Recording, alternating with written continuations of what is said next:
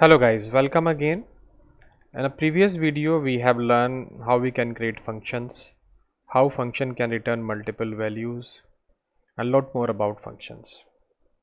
In this video we are going to learn about anonymous functions and how we can form or make a closures by using anonymous function. So let's take an example. Suppose we have this sum variable here and I'm creating a here function. You see, by func keyword I am creating a anonymous function. You see, I'm just using a func keyword, but I'm not giving the name of the function. I'm using the function bracket and return type also. And here I can pass parameter also, like I say num1 and num2 just for passing a parameter, and I just use to return a value. I say return num1 and plus num2. You see, this function do not have a name and I'm just using anonymous function.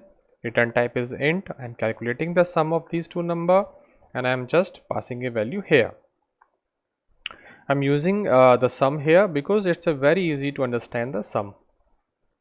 Everybody knows how to calculate sum. So now this is the object of this function.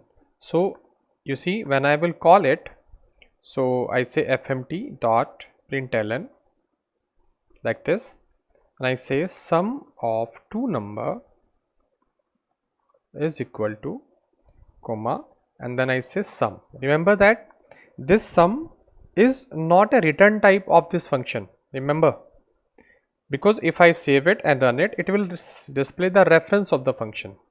You see, it is the reference because this sum is not only ordinary variable, it is like a object. So I have to call it like this and I have to pass the value also like this, because this function do not have a name but having a two parameter. So that parameter I will pass from this object here, and now I will run it and you will see the output here. It's working perfectly. So this is the example of creating anonymous function, the function without a name in Go language. Now one more thing we can achieve here, we can achieve a closure. Closure means just the counter type of function that understand the and keep the stage of the function, and you can say the stage of the variable also inside it. Just I give the example.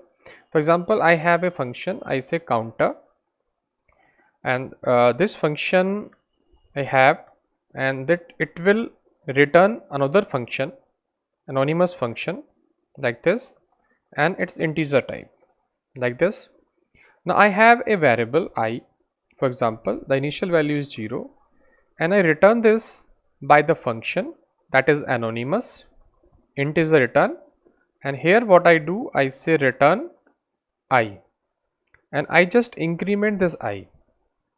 Remember that this I is a part of outer function counter, and this is the anonymous function that is the return type of counter, and this return type is returning a function that is anonymous itself, and this anonymous function is also returning an integer, and this value we are incrementing.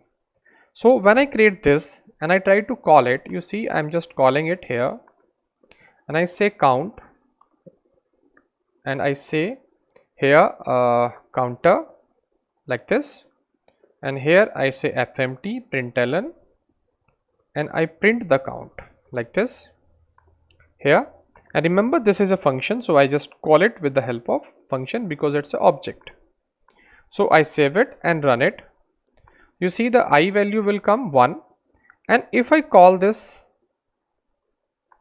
function 2 or 3 times, and it will increase the value, increment the value 1, 2, 3. Remember 1, 2 and 3, but initially the value of this I is 0, and first time I am calling, then I am having a 1, then 2, then 3, but I think it should display as a 0, 0, 0 or 1, 1, 1 for each time, but it is also having the previous value, it having the previous value also, just like we have the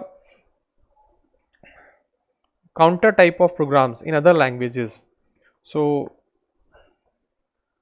this value I is incrementing by 1 and returning this, and it becoming 1 at the first time, here 1.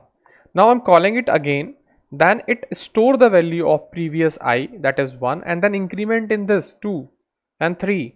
So this type of behavior and this type of things is called closures in Go language. So you see, we have formed the closures and automatically we are achieving a counter. But if I create the object again, if I create one more object, for example, if I create one more example of this, and I say count 1, and here I use count 1 here, and one more time I just call it. So you see, it will return the 1 and 2 again. You see, 1 and 2 again, because it's a different object, because this one is different object of this function. So that's why it is starting from the 1. But the same object, whenever I call it, form a closure to the variable I.